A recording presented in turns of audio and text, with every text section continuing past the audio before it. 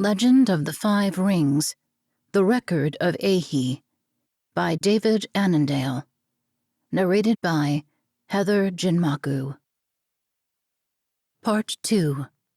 The Lies of the Land. Yasuki Taka paused in his reading of the journal to drink from the tea that a servant had brought for him.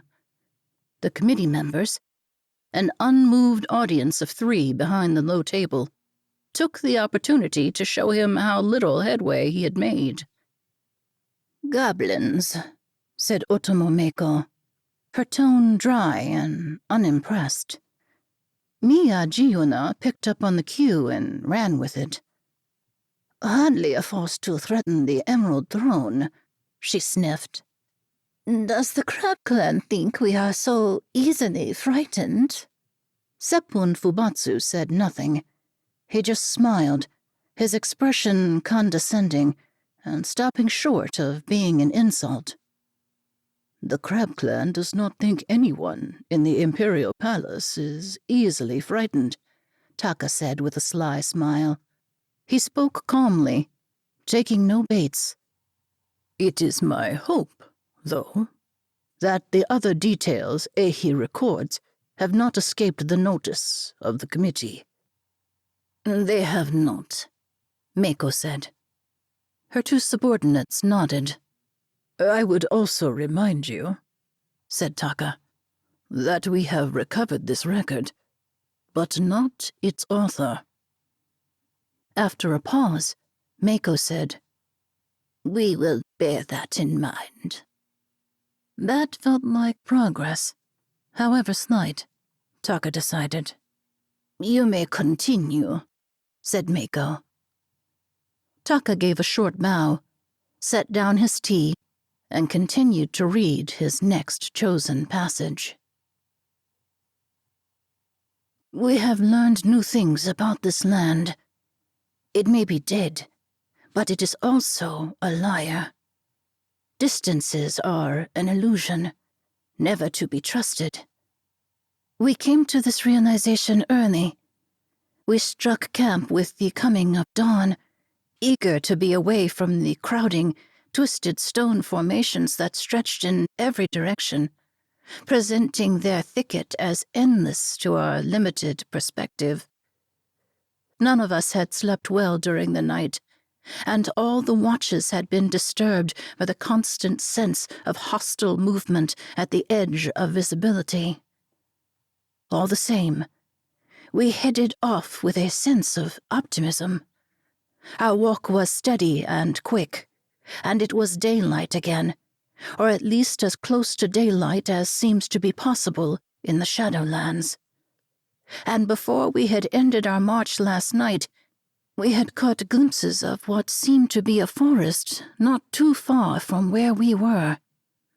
We welcomed the prospect of bidding farewell to these twisted spires of stone. But the farewell did not come as we had expected. We walked for hours, and the spines and fangs and claws of rock refused to release us. They gathered closer, turning the weak dawn into a glowering twilight. "I don't understand," said Reikai. "We saw the end of this region yesterday evening. How can we not even catch a glimpse of it any longer?" "Sight, or its absence, does not change the fact of existence," Ichido told her. He spoke as a mentor, and Reikai relaxed for a moment. Her tension returned a moment later, though, when Nagiko asked, "Are we sure we are going the way we intended last night? We have no landmarks to guide us." Ichido shot her a glare. Doubts from a senior samurai were not welcome, but I wondered the same thing. The question had to be asked. "The slope marks the way," Ichido said. "We have been descending since we entered this region, and the descent will take us out of it." He strode off with confidence. We followed, though Gosuta and I exchanged a glance. The land did slope down here, But we had walked along level portions, too. Perhaps Ichido had been able to detect a consistent direction to the descents that we had not. The formations pressed in harder on us as we moved forward. Their twisted shapes leaned in toward each other, almost connecting, casting more shadows until we could barely see more than a few yards ahead. Perhaps that was why we did not realize the change. I can think of no other explanation. Gosta noticed first. "Are we among trees?" he asked in alarmed wonder. We stopped and took in our surroundings. Dark tree trunks had replaced the thorns of stone. Thick foliage hid the sky from us. I had been stepping carefully over uneven, rocky beds, but now, I realized, I negotiated roots that spread over the path like serpents. A carpet of dead leaves crackled beneath our feet. How did we not see? As we looked around, the way forward became even less clear than it had been before. Faint paths twisted away between the trees in every direction. The land rose and fell wherever we looked. I can't see where we came from," I said, burying panic. All trace of the stone formations had vanished. There was nothing but forest about us. How did it happen? "We must take care not to get lost," said Nagiko. The edge in her tone implied she thought we already were. But even she did not come right out and state it. "We will mark our way," Ichido said.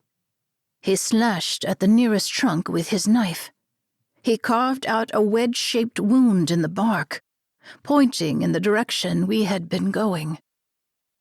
"This is the sign of our path and of our passage," he concluded. We set off again. Deeper into the woods? It felt that way. The shadows became more abyssal the further we journeyed. More fluid. Like the night before, they danced, but always caught out of the corner of my eyes. I looked sharply to the left and right, alert for attack, my attention always pulled by the lying darkness. When would the landscape shift again? How had that been possible? I saw the jerking head movements of the others, and knew I was not alone. I did not know whether to feel comforted by that fact or not. "What do you see?" I asked Gosuta. "The shadows in the trees," he said, looking up. "I keep thinking I see things leaping from branch to branch, keeping pace with us." I had not seen anything that high up. When I raised my gaze, the brush, as if jealous for my attention, writhed with threat and teeth. It stilled when I pulled my eyes back down to focus on it. "You see nothing down below?" I asked Gosuta. "No, nothing." The others overheard us. We discussed and realized we all saw different movements. They sometimes appeared to overlap, but never consistently, and could never be seen directly. "More deception," said Ichido. "The land seeks to wear us down with empty threats. Show it no weakness." He slashed at another tree as if to underscore his defiance. I could not help myself. "But how will we know when the threat is real?" I asked. "When it does not melt away," Ichido answered with a snap of displeasure. He was right, of course, but the constant, twitchy alertness wore me down. The day, barely worthy of the name, passed away into night, and as the darkness came down on us, the flows of the shadows became more insistent and mocking. We cannot make camp here, said Nagiko, touching Ichido's arm. Ichido sighed and agreed. No, we can't. We carried lanterns to light our way. They kept us from tripping over roots, but they also made the darkness seem closer, if that was possible, and more alive with strange rippling, like a stream. There would be no sleep for anyone if we stopped. We will rest at dawn, Ichido continued, or when we leave these accursed woods. I hoped against hope that we would reach an open area first. We were exhausted, and I regarded the prospect of marching through the night with dread. Staying where we were, though, would be even worse. On we went, on and on, the shadows tormenting us with every step. I began to see what Gosuta had described in the boughs, but never at the same moment or in the same place that he did. Things slipped and danced between the branches. They hung down, waving like silk veils in the wind, though no breeze stirred the trees. Nothing ever attacked us directly, yet the assault of the dark was relentless. Fatigue impaired my judgment. I sensed a lunge at my face, and I struck out. My blade clashed uselessly against a tree trunk. I stood motionless for a moment, stunned by the violent jar against my arm. I stared, mouth open, at the tree, bracing myself for its retaliation. Eihi? Gosuta touched my shoulder. I jumped. Are you all right? He asked. I came back to myself. Yes, I said. I mentally chastised myself. The tree remained motionless. It was only a tree. It was only a tree. Yes, I repeated, more firmly, insisting on that truth. Gosuta and I walked closely together for the rest of the night, our shoulders brushing, that reassuring contact helping to keep us grounded and sane. I could not tell how close to dawn we were. The night had become endless. Its shadows devoured time. The woods would never release us from their grasp. But then they did, in a fashion. The ground dropped abruptly before us. Any steeper and it would have been a cliff. No trees grew on the bank, and though clouds covered the moon, its still light bathed the land with a weak, cold silver. The darkness of night had begun to lift. Dawn was not far off. We could see to the bottom of the hill, where more trees spread out, seemingly all the way to the horizon. In the center of the woods below, though, there was something different. We saw a grove where the trees did not appear to coil with each other into tangling, gnarled claws of branches. They stood tall and green instead. Lanterns hung from them, lighting the way into the grove. As we looked down, another party of samurai disappeared down the path between the lanterns. We aren't alone, Eihi breathed. Such an expression of relief would have shamed us when we first set out on this expedition. Now, none of us could deny that we felt the same. I didn't get a good look at them, said Gosuta. What clan were they from? None of us had been able to tell. Most likely Crab Clan, said Ichido. His certainty sounded hollow. That grove looks untainted, I said, barely able to believe in the miracle after having been trapped in that unholy forest. The refuge, said Eihi. In the Shadowlands? Is that possible? Questioned Nagiko, her skepticism tempered for once by the need to hope. We'll soon see, said Ichido. At worst, we will make camp on this slope. We worked our way down to the base of the hill and the entrance of the grove. The lanterns were paper, their delicacy the most extraordinary thing I had seen yet in the Shadowlands, because they had so little right to exist. Their soft light beckoned us forward. The air within the grove was cool and moist, a balm after the dry cruelty we had been breathing since arriving on this side of the wall. An oasis of sanctity. That was what we had before us. I could have wept. We took a few steps into the grove. Dawn broke then, and the first light of true day brushed against the lanterns. Except they were not lanterns. Severed heads dangled by their hair from the branches. Some had been reduced to skulls. Others still bore flesh, rotting or leathered. Faces sagged with expressions relaying the end of all hope.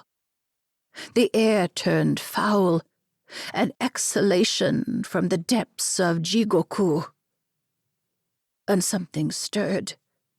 We had barely stepped more than a few feet into the grove, but we all felt the thrum vibrating our souls, the warning that we had touched the outer edge of a web belonging to a huge evil. And the predator sensed our presence. We fled. We knew we could not fight what entity had stirred in the same way we knew we could not chop down a mountain. We left the grove behind and scrambled away back along the slope. We ran without thought or plan, and we only stopped when exhaustion brought us down. We are resting for now, though we have not dared start a fire. We are huddled together on this barren slope. We should not have come here. Reikai's words. She is right. We all want to leave the Shadowlands, but we do not know how. We do not know where we are. We cannot tell where the wall might lie. We should not have come here. We should not have come here. We should not have come here.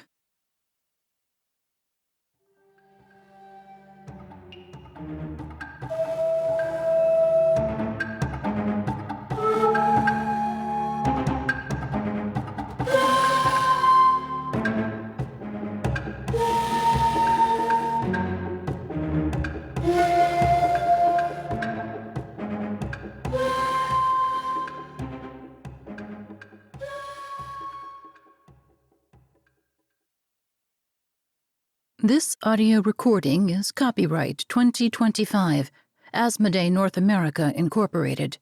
All rights reserved. Published by Aconyte Books. This story accompanies Shadow Veil, Legend of the Five Rings from Palindrome Interactive. Find out more at l5r.com and at shadowveilgame.com, and find the game on Steam. For more great fiction from the world of Legend of the Five Rings, visit aconytebooks.com and subscribe to the Aconyte Fiction Podcast.